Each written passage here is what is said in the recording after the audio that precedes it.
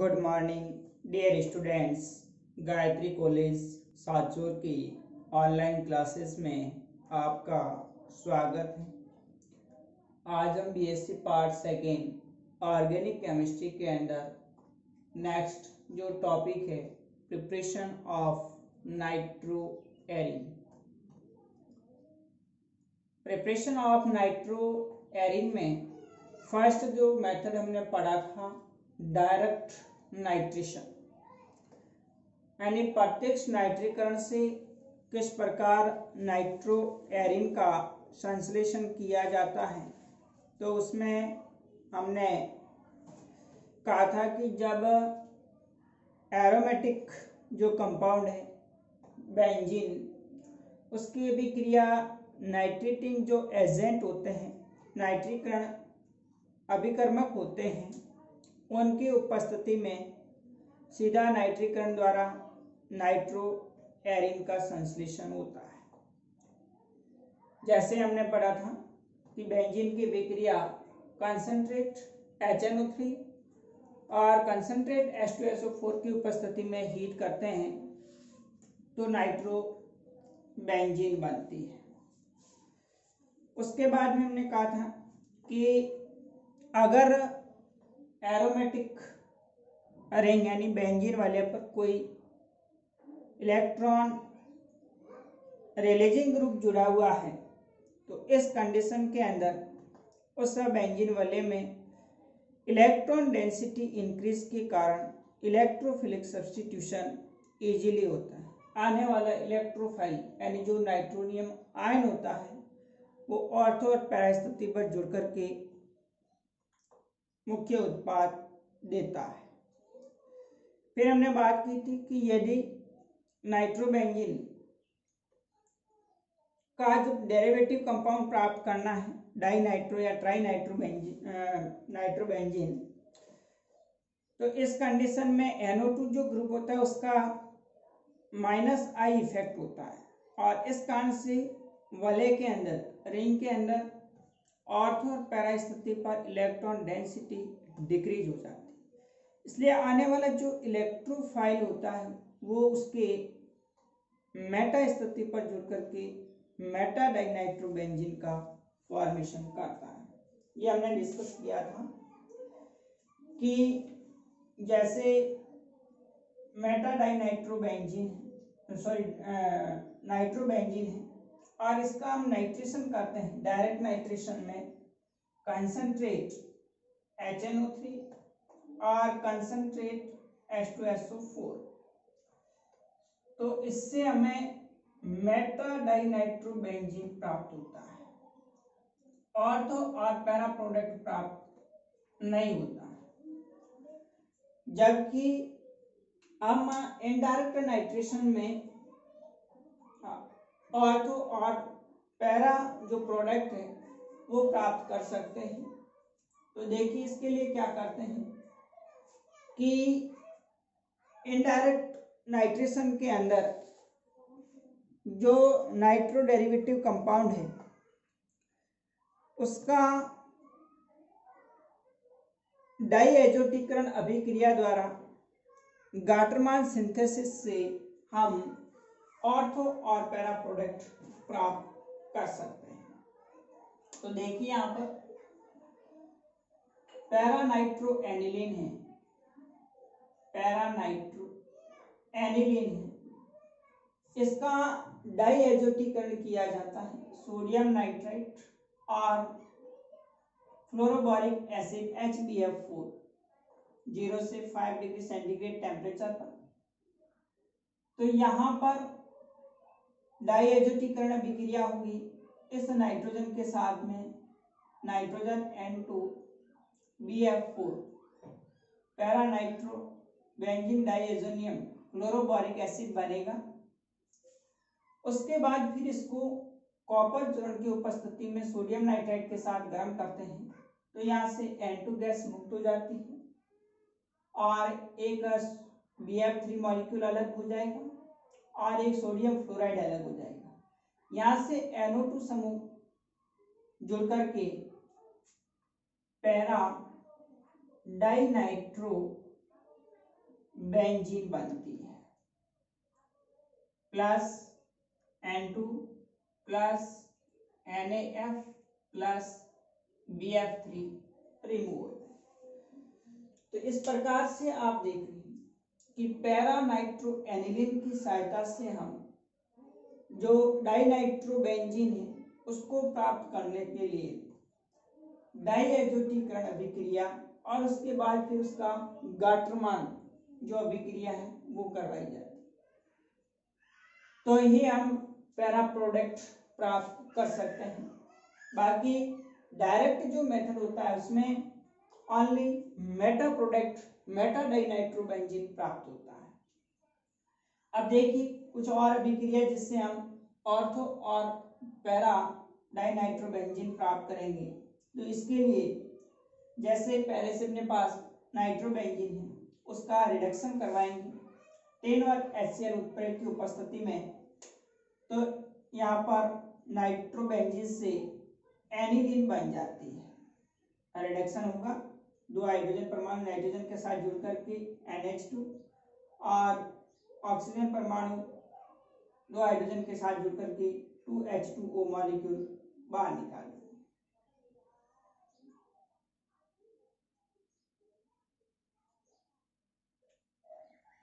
इस प्रकार से आप देख रहे हैं एनिलीन बन जाएगा नाइट्रोबेंजीन के एब्सेंस से। उसके बाद में फिर इसकी अभिक्रिया एसिटिल क्लोराइड CH3CuCl के साथ में करवाते हैं। तो यहाँ से एक हाइड्रोजन परमाणु HCl के रूप में बाहर निकल जाएगा और COCH3 समूह NH के साथ जुड़कर के C6H5NaCO एसिटेनिलाइड बना देता है। और उसके बाद में यहाँ पर आप देख रहे हैं कि जो NH2 समूह है रिएक्टिव इसकी क्रियाशीलता जो रिएक्टिविटी उसको प्रोटेक्ट करने के लिए रक्षित करने के लिए यहाँ पर एसिटिल क्लोराइड CH3COCl लिया जाता है। तो इस प्रकार से जो प्राप्त एसिटेनिलाइड है इस एसिटेनिलाइड का आगे नाइट्रीकरण किया जाता है, नाइट्रेशन करेंगे, कॉन्सनट्रेट HNO3 प्लस H2SO4 की उपस्थिति में अभिक्रिया करवाई जाएगी। तो इससे प्राप्त जो नाइट्रोनियम आयन होगा NO2 प्लस वो इसके ऑर्थो स्थिति पर और पैरा स्थिति पर जुड़ करके ऑर्थो नाइट्रो एसिटेनिलाइड और पैरा नाइट्रो एसिटेनिलाइड बनाता है। ऑर्थो नाइट्रो एसिटेनिलाइड बनता है और पैरा नाइट्रो एसिटेनिलाइड बनेगा। उसके बाद में फिर यहाँ जो हमने NH2 समूह को प्रोटेक्ट किया था एसिटिल क्लोराइड से उसको पुनः एसिडिक अम्लीय हाइड्रोलाइसिस H3O प्लस की उपस्थिति में अभिक्रिया करवाएंगे। तो यहाँ से एसिटिक एसिड मॉलिक्यूल बाहर निकल जाएगा और एक हाइड्रोजन परमाणु NH के साथ जुड़ करके ऑर्थो नाइट्रो एनिलीन और यहाँ पर भी यदि H3O प्लस के साथ में अभिक्रिया करवाएंगे तो पैरा नाइट्रो एनिलीन बन जाएगा।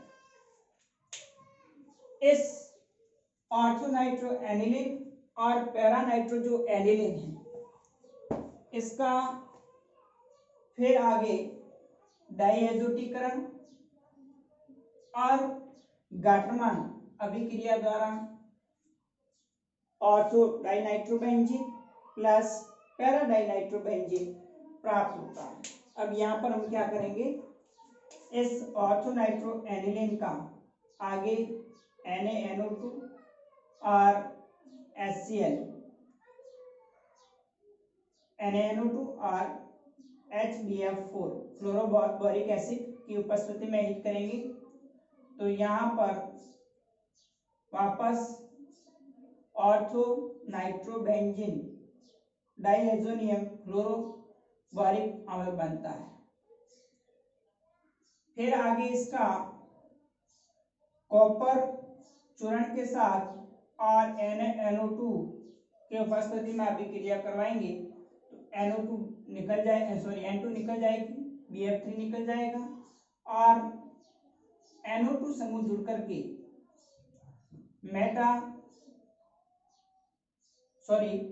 ऑर्थो डाइनाइट्रो बेंजीन प्राप्त होता है।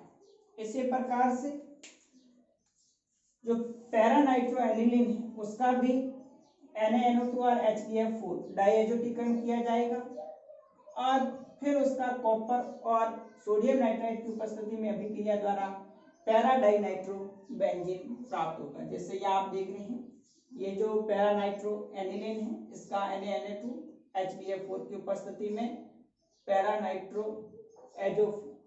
डाइएजो क्लोरोबोरिक अम्ल लवण बनेगा। फिर उसको NaNO2 और कॉपर चूर्ण के साथ गर्म करेंगे तो पैरा डाइनाइट्रो बेंजीन बनेगा। तो इस प्रकार से इनडायरेक्ट नाइट्रेशन से हम ऑर्थो डाइनाइट्रो बेंजीन और पैरा डाइनाइट्रो बेंजीन है वो प्राप्त कर सकते हैं। मेटा डाइनाइट्रो बेंजीन अगर डायरेक्ट नाइट्रेशन करेंगे तो उस कंडीशन में हमें ओनली मेटा डाइनाइट्रो बेंजीन प्राप्त होता है। अब देखिए नेक्स्ट थर्ड मेथड है। थर्ड मेथड है by oxidation of aryl amine. Aryl amine जो होती है उसका ऑक्सीकरण करते हैं ट्राइफ्लोरोपर एसिड की प्रेजेंस में, तो इससे ऑक्सीकरण द्वारा नाइट्रो बेंजीन बनाता है CF3COO ट्राइफ्लोरोपर एसिड है। इसकी उपस्थिति में ऑक्सीडेशन से नाइट्रो बेंजीन बनती है। या फिर H2O2 को एसिटिक एसिड सॉल्वेंट में लेकर भी ऑक्सीडेशन से नाइट्रो बेंजीन प्राप्त होती है। तो यहाँ पर हम नाइट्रो एरिन के फॉर्मेशन की तीन मेथड है, by direct nitration, indirect nitration और तीसरा oxidation of aryl amine. Aryl amine का ऑक्सीकरण करते हैं पर एसिड ट्राइफ्लोरोपर एसिटिक एसिड की प्रेजेंस में, यहाँ पे हाइड्रोजन पेरोक्साइड और एसिडिक एसिड सॉल्वेंट के अंदर, तो ऑक्सीडेशन द्वारा एनिलीन का नाइट्रो बेंजीन प्राप्त होती है। अब देखिए नेक्स्ट इसकी जो फिजिकल प्रॉपर्टीज है। फिजिकल प्रॉपर्टीज के अंदर नाइट्रो एरिन है वो येलो कलर के सॉलिड होते हैं, विशेषकर नाइट्रो बेंजीन और नाइट्रो जो टॉलुइन है वो थोड़े हल्के पीले रंग के द्रव होते हैं। बाकी सारे के सारे जो नाइट्रो एरिन है वो येलो कलर के ठोस फॉर्म सॉलिड फॉर्म के अंदर उपस्थित होते हैं। इनके जो डाइपोल मोमेंट है द्विध्रुव आघूर्ण है लगभग 4.0 डेबाई यानी अधिक उच्च होने के कारण बॉइलिंग पॉइंट और मेल्टिंग पॉइंट है इसका वो भी क्या होता है, बहुत हाई होता है, उच्च होता है। ये वाटर में इनसॉल्युबल, जबकि ऑर्गेनिक जो सॉल्वेंट होते हैं उसमें सॉल्युबल होते हैं, वाटर से बहुत हेवी भारी होते हैं। और इसके जो पॉली कंपाउंड होते हैं, पॉलीनाइट्रो व्युत्पन्न जो यौगिक होते हैं वो शक्तिशाली विस्फोटक होते हैं। अब इसके नेक्स्ट बात करें हम केमिकल प्रॉपर्टीज की, तो रासायनिक गुणों के अंदर ये किस प्रकार से अलग अलग रासायनिक अभिक्रियाएं दर्शाते हैं। केमिकल रिएक्शंस के अंदर जो नाइट्रो एरिन है उस नाइट्रो एरिन की जो विभिन्न अनुनादी संरचनाएं होती हैं उसको हम निम्न प्रकार से व्यक्त करते हैं। तो नाइट्रो बेंजीन के अंदर जो नाइट्रो जो समूह होता है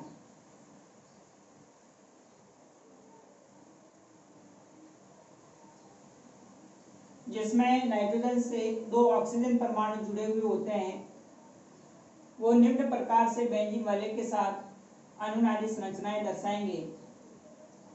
यदि इन पाई बंध के इलेक्ट्रॉन का आकर्षण नाइट्रोजन की तरफ हो जाए तो कार्बन और नाइट्रोजन के बीच में पाई बंध बन जाता है, C डबल बॉन्ड N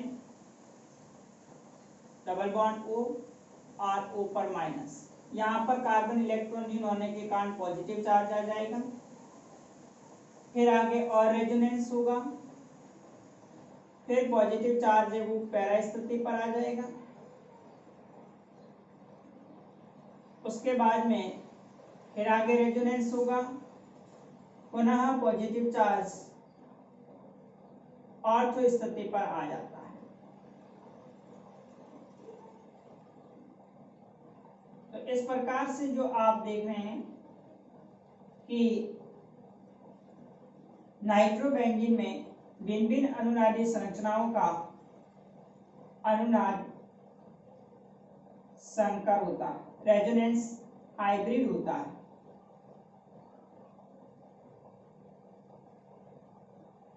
जिसमें आप देख रहे हैं कि ऑर्थो स्थिति पर और पैरा स्थिति पर आंशिक धनावेश और ऑक्सीजन परमाणु पर आंशिक ऋणावेश उपस्थित होता है।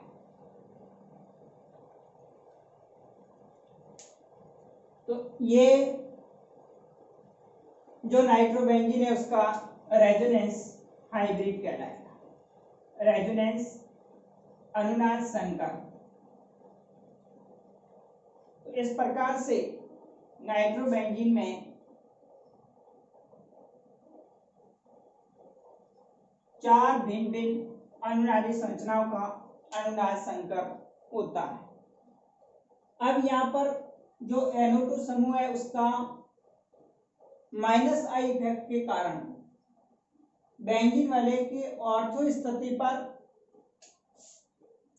और पैरा स्थिति पर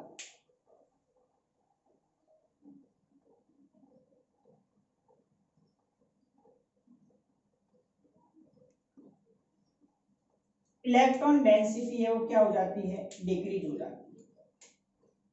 अतः ये ऑर्थो और पैरा स्थिति इलेक्ट्रोफिलिक सब्स्टिट्यूशन रिएक्शंस के लिए लेस रिएक्टिव होती है, क्योंकि अब यहाँ पर आने वाला इलेक्ट्रोफाइल ऑर्थो और पैरा स्थिति पर न जुड़ करके थोड़ा सा इलेक्ट्रॉन डेंसिटी मेटा स्थिति पर होती है, तो आने वाला इलेक्ट्रोफाइल इसके मेटा स्थिति पर जुड़ करके सब्स्टिट्यूटेड प्रोडक्ट देता है। दूसरी बात, यहाँ पर जो NO2 समूह है इसका रिडक्शन है वो इजीली हो जाता है, इसलिए जो नाइट्रोबेंजीन होता है वो मुख्य रूप से अपचयन अभिक्रिया दर्शाता है, जिसमें नाइट्रो समूह अपचित होकर के अलग अलग उत्पाद देता है। तो यहाँ पर अगर हम इलेक्ट्रोफिलिक सब्स्टिट्यूशन की बात करें तो electrophilic substitution only for Meta स्थिति पर होगा, जबकि न्यूक्लियोफिलिक सब्स्टिट्यूशन रिएक्शंस के लिए जो नाइट्रोबेंजीन है उसकी ऑर्थो और पैरा स्थिति जो होती है वो बहुत इजीली यानी आसानी से ऑर्थो और पैरा स्थिति पर अभिक्रिया वो संपन्न हो जाती है। इसलिए जो नाइट्रोबेंजीन होगा वो न्यूक्लियोफिलिक सब्स्टिट्यूशन अभिक्रिया दर्शाएगा, जिसमें आने वाला न्यूक्लियोफाइल इजीली ऑर्थो और पैरा स्थिति पर जुड़ करके न्यूक्लियोफिलिक सब्स्टिट्यूटेड प्रोडक्ट देता है। तो यहाँ हम जो नाइट्रोबेंजीन की अभिक्रिया होगी जिसमें नाइट्रो समूह द्वारा अपचयन अभिक्रिया और बेंजीन वाले द्वारा इलेक्ट्रोफिलिक सब्स्टिट्यूशन रिएक्शन और न्यूक्लियोफिलिक जो सब्स्टिट्यूशन रिएक्शन दर्शाई जाएगी उस पर डिस्कस करेंगे। Okay, thank you.